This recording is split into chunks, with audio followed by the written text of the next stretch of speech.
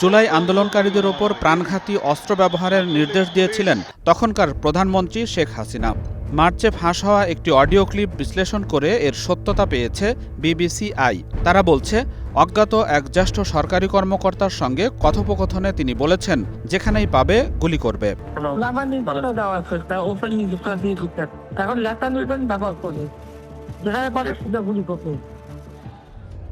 এই অডিও এ পর্যন্ত পাওয়া সবচেয়ে গুরুত্বপূর্ণ প্রমাণ, যা সরাসরি আন্দোলনকারীদের ওপর গুলি চালানোর অনুমোদন দেওয়ার বিষয়টি নিশ্চিত করে।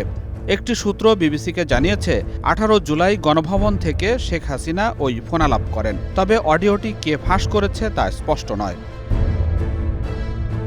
মানবাধিকার ইস্যুতে অডিও সংক্রান্ত তদন্তের কাজ করা অলাভজনক প্রতিষ্ঠান এয়ারশটের অডিও ফরেনসিক বিশেষজ্ঞদের দিয়ে রেকর্ডিংটির সত্যতা যাচাই করেছে বিবিসি। তবে এতে কোনো রকম পরিবর্তন করার প্রমাণ পাওয়া যায়নি। অডিওটি কৃত্রিমভাবে তৈরি, এই সুযোগও খুব কম। তারা বলছে, ফোন কলটি স্পিকারে বাজিয়ে একটি ঘরে ধারণ করা, কারণ এতে স্বতন্ত্র টেলিফোনিক ফ্রিকোয়েন্সি ও ব্যাকগ্রাউন্ডের কিছু শব্দও পাওয়া গেছে।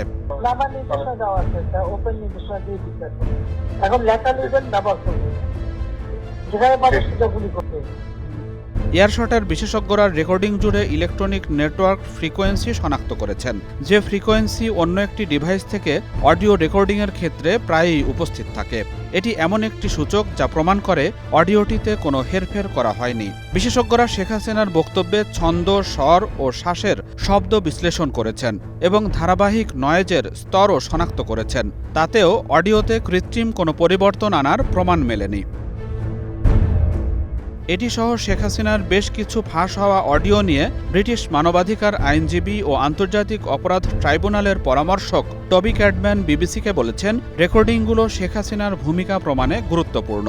এগুলো স্পষ্ট ও সঠিকভাবে প্রমাণিত এবং অন্যান্য প্রমাণ দ্বারাও সমর্থিত। বিবিসির প্রতিবেদনে বলা হয়েছে, এই ক্লিপটি এখন শেখ হাসিনার বিরুদ্ধে মানবতাবিরোধী অপরাধের বিচারে গঠিত বিশেষ ট্রাইব্যুনালে মূল প্রমাণ হিসেবে ব্যবহারের প্রস্তুতি নিচ্ছে রাষ্ট্রপক্ষ। শেখ হাসিনা ভারতে অবস্থান করায় তার অনুপস্থিতিতেই চলছে মামলাটি। Desk report, star news.